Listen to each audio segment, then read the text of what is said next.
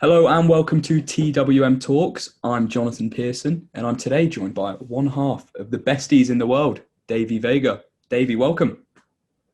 Thank you. It's good to be here. How are you doing? Not too bad, not too bad. Today's been pretty relaxing, so I'm doing pretty good. Good, that's what we like to hear. So, first things first, I feel like you can't have a conversation nowadays without talking about what's going on in the world. So, how have you dealt with lockdown and what's it like in America?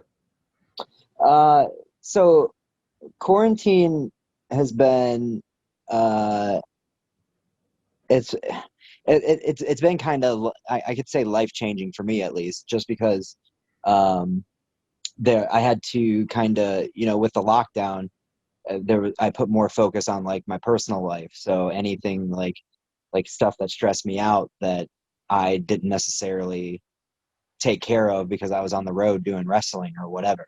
Mhm. So it really kind of um, forced me to take a look at my life and kind of fix some things that, um, not necessarily bad things, but stuff that, uh, didn't, as I get older, that I realize like that's not necessarily stuff that I want to be a part of my life. Yeah, So in that aspect, it's been good, because I feel so much better in life uh, after doing that. But outside of that, yeah, quarantine hasn't been too terrible. I know it's been bad, bad for others. Mhm. Um, but yeah, it's been okay. I'm just kind of I'm glad to see people are trying to get better. Um, and I'm glad to see that the deaths are going down. So Yeah. Well, it's good to hear you made a positive of it because yeah, absolutely. that's good to hear. So, when and how did you start wrestling? So I started wrestling in 2006, December of 2006. Um, and my first match was in Tennessee. So I started wrestling training in St. Louis, under a man named, his name was Dingo. Um, he was around Ring of Honor and IWA Mid South for a while. Um, but I trained under him. So did Fitchett, around 2006, and then my first match was in Tennessee. So that's when I got my start. So, did you watch a lot of wrestling growing up? I did. My first match that I ever saw or remember seeing was, uh, I just remember the tag. I don't remember who they were facing, but it was Macho Man and Hulk Hogan, Okay. uh, tag teaming. Yeah, or it was early '90s. I think it was like 91, 92. And then there was a long gap where I didn't watch it. Up, and then what brought me back for whatever reason, maybe because it was just a great match, but it was the Savio Vega and Stone Cold Steve Austin Caribbean strap match, Okay. from like 94, 95. And then from then on out, I was constantly watching wrestling. Any little bit of wrestling I can get my hands on, I was watching. Yeah. Did you know from young that you wanted to be a wrestler? I actually started out in baseball. Okay. Um, yeah, I was I wanted to be a baseball player when I was real young, and even kept up with that somewhat through high school when I started wrestling. Mhm. Um, but I don't remember. I think it was probably sophomore or junior year of high school. I decided that I was gonna pursue wrestling, and I wanted to get trained and do all that. So Was it difficult to begin with? Because I can assume it's a shock to the system going from baseball to then training a completely different sport in a completely different way. yeah, I had to do a little bit more because, like with baseball, where I was, because I was in the outfield, there was less strength training involved. Okay. It was a bit more cardio based. I needed to get in the cage and hit, Yeah. and just do swings and stuff. So, but yeah, with wrestling, it's cardio and strength training and dieting and all kinds of other stuff that you have to do, and do it to a T, or you know, you're not going to get to where you want to be at. So it was a kind of a shock, but I'm lucky that I did it when I did, Yeah. because I was still, man, I was only 16 or 17 at the time. So being able to change, sports at the time was easy because I was young. So I wouldn't say it was too difficult, but yeah, I can see how it would be, depending on like age range and stuff. Yeah. You had the period where you were young enough to be able to adapt. You were fit. Exactly. Nice. So has it been a shock to the system after lockdown and quarantine? Have you been training in the ring yet? 100% shock to the Yeah. system. And I hate to admit it. Like I'm so mad at myself, but I hate to admit it, but it's a complete shock. Because obviously, like here, I'm not sure too much over there what they did with gyms, but here they locked them down from April until June or July, I think. Yeah. So there was no form of heavyweight training for me. I think I ended up buying a dumbbell set online, and that only goes up to I think 40 pounds. Oh, So okay. I had to work with that and jump ropes and bands, and I was able to lose weight, Okay. but my cardio is not where it was before when I was going and doing wrestling all the time. Yeah. So and that really hit me actually this weekend when I did the WWN Grindhouse, the Eddie Kingston's Grindhouse show. Um, it's for real. Yeah. I was on the struggle bus, so Kind of brings you back to reality a bit. 100%. Yeah. And the thing I noticed just quickly is the trying to find fitness things to purchase over lockdown. Everything was just so expensive. So I can even then, when you could find things, is it worth it? Because everything was just crazy expensive. Right, and it was almost immediate. They started price Yeah, gouging on every piece of weight equipment. exactly. Um, and I got real lucky. I found that weight set, the dumbbells, like I said, I think it only went up to like 40 pounds. But it was only $90 for a pair. It was like a pair of dumbbells. And I Yeah. was like, okay, great. Like that's a pretty good, decent price. Mm. And then I got real lucky. They charged me. And then a few days later, they said that my order was canceled. So they refunded me.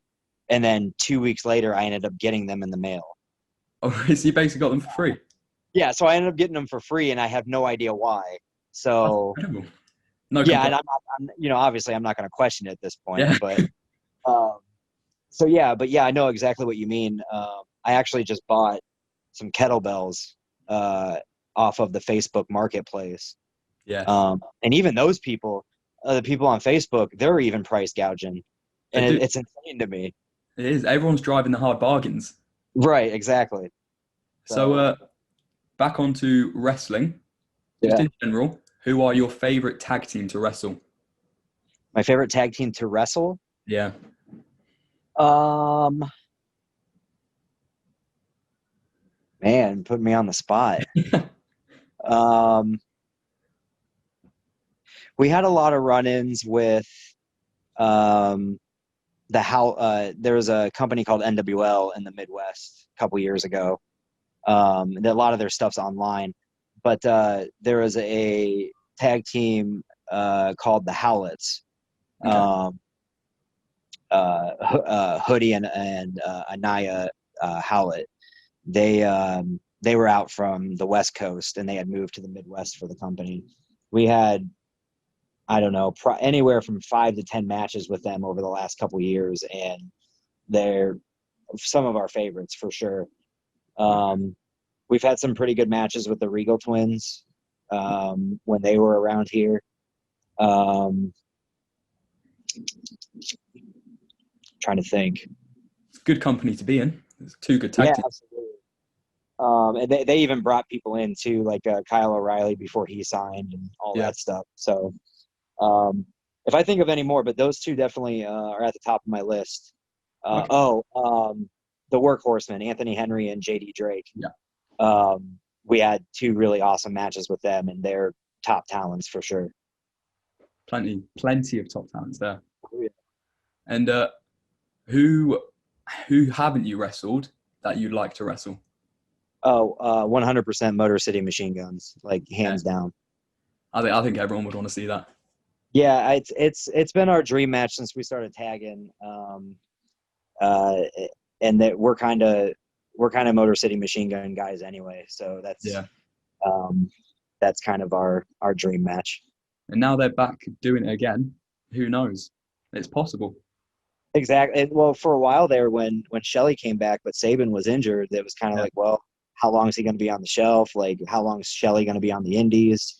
Yeah. Like, and hey, everything aligned, and they're back. So So never know, they could come AAW because you've seen like Ace Austin and Madman Fulton coming over. So hopefully we get that hopefully, match. A bit of a broad question. Where do you see yourself in 2 to 3 years? Obviously, you've been wrestling for around 14 years now. What are the goals that are still to come? yeah, 14 years. It's been crazy. I've gotten, I've kind of slowed down a little bit, and I definitely see myself, if I am still wrestling, definitely in the tag team. Yeah. I love both, like tag team and singles, but singles just way too hard on my body now after 14 years. Mm. Everything's starting to kind of catch up to me, unfortunately. I can imagine. But besides that, like, I mean, obviously, we'd love to be signed with one of the, however many 4 or 5 major companies that are out there at this time. Yeah. We're that's probably a goal of ours. We'd also like to, once everything opens back up, travel back over to England and possibly travel to Japan, make that happen. That's great. I wouldn't be too surprised to see you in a big promotion anytime soon, to be fair. Yeah, like we heard some rumblings before everything started shutting down, and then it kind of died down from there. So it's kind of like once, we only have had a handful of shows at the moment, but Yeah. I feel once we start to get momentum again, I think we'll, maybe some rumblings will start happening again. Any chance you can say where these rumblings were from? Or is that a bit too cheeky? Well, yeah, I could probably tell you off the air, but Yeah. I'd No, rather not say anything. yeah, that's fine. And then last one for this segment. Who is your dream opponent? They can be retired. They can be still wrestling. Just anyone. Who would you love to wrestle? Man, I usually go with Bret Hart on this.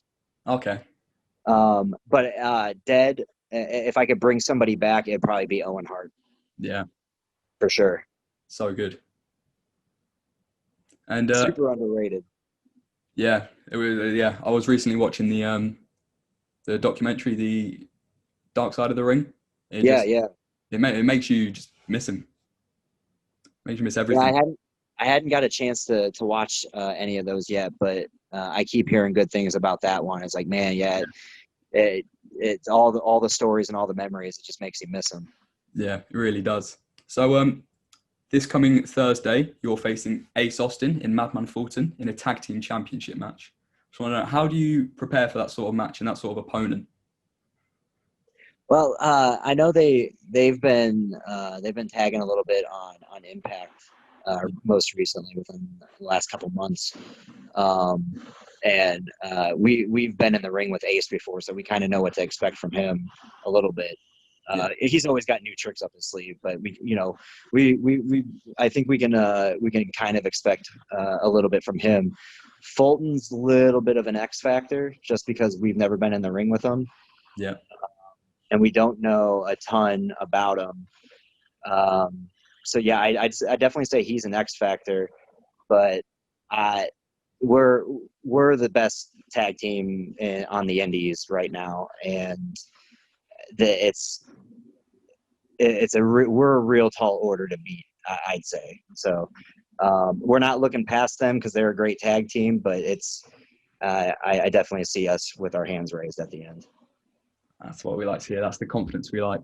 And how do you feel a pressure being the champions, knowing you represent the whole division and tag teams from all over the place? Do you feel that sort of pressure, and how do you deal with it? If you would have asked me this a few years ago when we were kind of still trying to make a name for ourselves and trying to get, we were on the come up, I'd say the pressure 100%. It's every time we step through the curtain, it's 100% pressure. But now with like AAW, we are the tag division. And I'm not saying that I'm not putting any of the other tag teams down, because all of the tag teams before us, during, and after us, like, great tag teams. But you look at the last couple of years and how many title reigns we've had and how long our title reigns have been. You know, we are AAW and we are that tag division. So, and we love it. We think it's great. So that's the kind of competition, and that's the motivation that we want going into matches. So that's the attitude. The flag bearers of AAW. Dare I say it? Well, that is all my questions for today. Thank you so much for your time, and the floor is yours. You can promote anything you want right now. Anything that's going on, take it away. Oh, yeah, absolutely. Obviously, we have AAW on Thursday on Fight TV. You can go check out my Twitter at Panda Bear Vega, and then you can check out my Instagram at Davey Vega 85. We have some t-shirt shops. I don't have the links, unfortunately.